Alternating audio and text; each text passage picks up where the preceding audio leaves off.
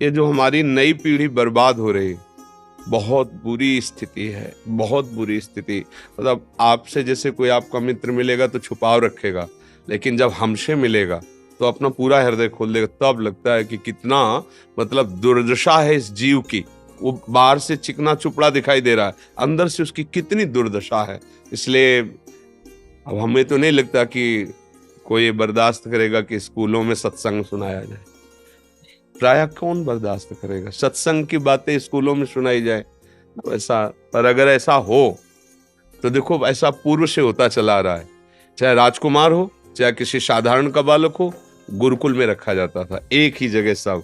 और वहां एक ऋषि मुनियों के आदेश के अनुसार उनकी दिनचर्या बनती थी। फिर वो ब्याह करें, वो राजा बने, वो प्रजा बने, वो जो भी बने, पर पहली उनकी भूमिका इतनी सुंदर होती थी कि उनके चरित्र पावन होते थे। अब हमारी पहली भूमिका इतनी गंदी हो गई है कि उसे हम कैसे बताएं। छोटे छोटे बच्चे हैं जो अपने जीवन की नष्ट करने की प्रक्रियाओं के बड़े मर्मज्ञ हो गए। उनको इस विषय का ज्ञान कैसे हुआ? मोबाइल है, कुसंग है, दुष्वार्ता है, दुष्दर्शन है, ये बर्बाद कर रहा है। जितना आप हो सके विद्यार्थियों को पास बैठाल कर, अगर सत्संग ना सुनाने का अवसर मिले तो आप सुनकर सुना दीजिए। मान लो कि बाबा जी सुना रहा है तो निषेध करे, तो आप उन बातों को पकड़कर समझा सकते हो, पर्सनल समझा सकते हो, एक एक विद्यार्थी को समझा सकते हो। माँ की तरह गुरु होता है, चाहे वो शिक्षक हो, चाहे वो भगवत मार्ग का हो, वो माँ की तरह होता है। कभी दुलार करना, कभी आंख भी दिखाना, और इतना प्रिय अपने विद्यार्थियों से बर्ताव करना चाहिए कि वो जैसे अपनी माँ से सब बात बता देते हो वैसी तुमसे बता दें। हमारे जितने भगवत प्रेमी शरणागत जन हैं, इनको हम इतना प्यार करते हैं कि अपनी गंदी से गंदी स्फुरणा को हमारे सामने बता दो, डरो मत, बता दो। फिर वो देखते हैं कैसे तुम्हारे ऊपर हावी होती है। जब आप कपट कर लेते हो, लेते हो, फिर हमारे हाथ की बात सुने, मोहि कपट छल छिद्र, तो आप खोलकर सामने रखिए हृदय में, फिर उस पर विचार करते हो, क्योंकि हम अकेले थोड़ी हैं। हम हैं, हमारे गुरुदेव हैं, आचार्य हैं, इष्ट देव हैं, जिनकी प्रबल माया है, वो मायाधीश हमारे प्रभु है। देखते हैं कैसे बिगाड़ सकता है। पर क्या है कि इतनी प्रियता भी देनी चाहिए, और इतनी प्रियता ना दे कि आज्ञा को उल्लंघन कर दे। ये बहुत चतुरता है। हमारा प्रिय शासन भी हो और प्रिय व्यवहार भी हो। क्यों छोटी सी छोटी बात विद्यार्थी ऐसे ही कि हमारे मन में, हाँ, फिर उसको समझाए, उसको अगर कोई गंदी क्रिया है तो एकदम उसे निराश न करें। कोई बात नहीं, सबसे गलती हो जाती है, एक बार आप इसे छोड़ने का प्रयास कीजिए, अब दोबारा ऐसी गलती ना करें। मतलब बहुत प्यार से, हमें तो लगता है माता पिता को भी ऐसा करना चाहिए, अपने पुत्रों को बैठाल कर दोस्त की तरह बात करनी चाहिए। अच्छा, तो कोई गर्लफ्रेंड बॉयफ्रेंड बना क्या आपका? बड़े प्रेम, मतलब ऐसा शासन नहीं रखना चाहिए इतना कि वो भयभीत होकर अपने हृदय की बात ना बता पावे। कुछ बच्चे ऐसे होते हैं जो निकलना चाहते हैं, संकट में फंस गए, पर वो सोचते हैं कि अगर मैंने मम्मी पापा से कहा तो इस संकट से ज्यादा वहां संकट पड़ जाएगा। मुझे माता पिता से विनय है बच्चों के कि एक समय ऐसा निकालो जो 5 मिनट 10 मिनट अपने बच्चों के साथ दोस्त जैसा व्यवहार करो, बैठो बात करो। कोई भी समस्या का समाधान माता पिता से सहज में हो सकता है, क्योंकि वो प्रथम गुरु हैं और बहुत प्यार करते हैं। उनका रक्त इस शरीर पे संचलित हो रहा है। कोई ऐसे ही दुष्ट राक्षसी स्वभाव वाले हों तो बात अलग, कोई अपने बच्चे का अहित थोड़ी करना चाहता है। कोई भी माता पिता, तो बच्चों को चाहिए अपने हृदय की बात अपने टीचर से, अपने गुरु से, अपने माता पिता से रखे, क्योंकि उस समय अज्ञान की धरा होती है, उनको पता नहीं होता। खिलवाड़ में वैसे संकट में फंस जाते हैं कि फिर कोई रास्ता नहीं निकलता, और माता पिता विज्ञ होते हैं, उस रास्ते से निकालने का उनको भगवान ज्ञान दिए हुए हैं। क्योंकि जैसे जैसे अवस्था बढ़ती जाती है ना, विवेक भी, बुद्धि भी बढ़ती जाती है। तो मुझे लगता है माता पिता को भी चाहिए कि बच्चों के साथ मित्रवत कुछ समय व्यवहार करें और पूरी जांच रखें, और उनको इतनी खुली छूट दे। अगर ऐसा आपके मन में कोई बात है तो हम उसे पूरी करेंगे ना, आप हमें बता दो ना। अगर मुझे सही लगा तो मैं 100% तुम्हारा साथ दूंगा। मतलब उनको लगना चाहिए कि मेरे मम्मी पापा वास्तविक मुझे प्यार करते हैं, तो वो अपने दिल की बात रख देंगे। और अगर ऐसा कि अगर, तो फिर उनको लगेगा कि अगर यहाँ तो हम बच सकते लेकिन वहां तो हमारी बहुत बुरी स्थिति हो जाएगी घर में। ऐसा नहीं होना चाहिए, शासन होना चाहिए। हम इस बात पे राजी हैं कि थोड़ा निगाह का भय तो होना ही चाहिए। कि मम्मी पापा अगर नेत्र टाइट कर दे तो बच्चे को भय लगे, पर इतना भय भी नहीं होना चाहिए कि वो आपसे अपने दिल की बात ना कह सके।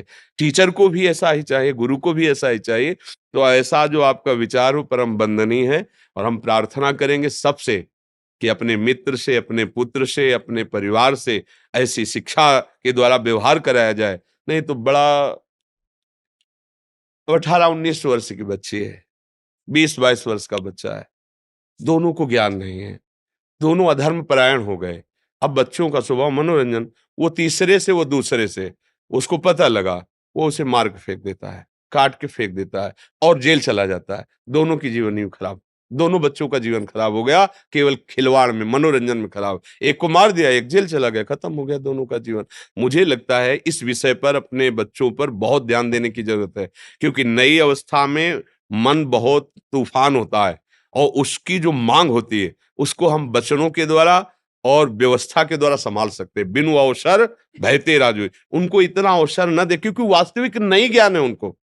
कई ऐसे हमारे सामने उदाहरण आए जिनमें दिखाई पड़ा कि ये बच्चे, इनको ज्ञान नहीं है, ये कूद पड़े आग में, पर इनको पता नहीं था कि ऐसा भी होता है। आज का समाज बड़ा छली और कपटी बनता चला जा रहा है। सामने हम आपसे कहते हैं आपको बहुत प्यार करते हैं, हम जीवन भर आपको, और वो भोला हृदय स्वीकार कर लेते हैं।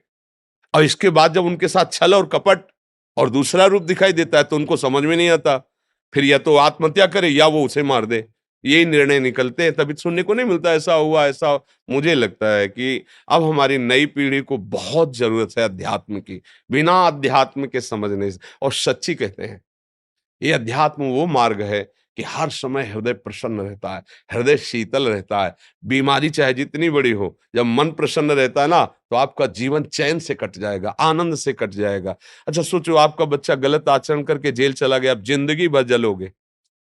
आपके बच्चे के साथ गलत हो गया, वो जीवन, आप जिंदगी भर जलोगे। तो अगर पहले से संभालते, प्यार दुलार घुमाना चाहिए, उनका मनोरंजन करा, पर आप साथ होने चाहिए। आप इतने कार्य में बिजी ना हो जाएं कि आपका परिवार इस बात के लिए वो गलत मार्ग चयन कर ले। बिल्कुल, धन किन के लिए कमा रहे हो, नौकरी किन के लिए, उन्हीं के लिए कर रहे हो ना। तो उनको समय सबसे ज्यादा चाहिए। सबसे अधिक प्रिय धन नहीं है, सबसे प्रिय अधिक आपका सानिध्य है। पुत्र को आपका सानिध्य, पत्नी को आपका सानिध्य चाहिए। थोड़ी देर बैठो, थोड़ी देर उनकी मन की बात सुनो। अब एकदम कार्यरत, तो फिर मन है वो बदमाश है, कोई साधना तो हो नहीं रही कि वो मंत्र बल से, तप बल से उसे संभाले, फिर वो इधर उधर, फिर आपको क्लेश होगा, फिर अशांति होगी। बहुत अच्छा है, ऐसा ही करो और 4 लोगों को और जोड़ो, जो आपके मित्र हो, वो हमारी नई पीढ़ी को बचा लें। इस समय जो नई पीढ़ी का पतन हो रहा है, बहुत बहुत नृशंस, मतलब ऐसा तो राक्षस लोग भी नहीं करते थे जैसा अब हो रहा है।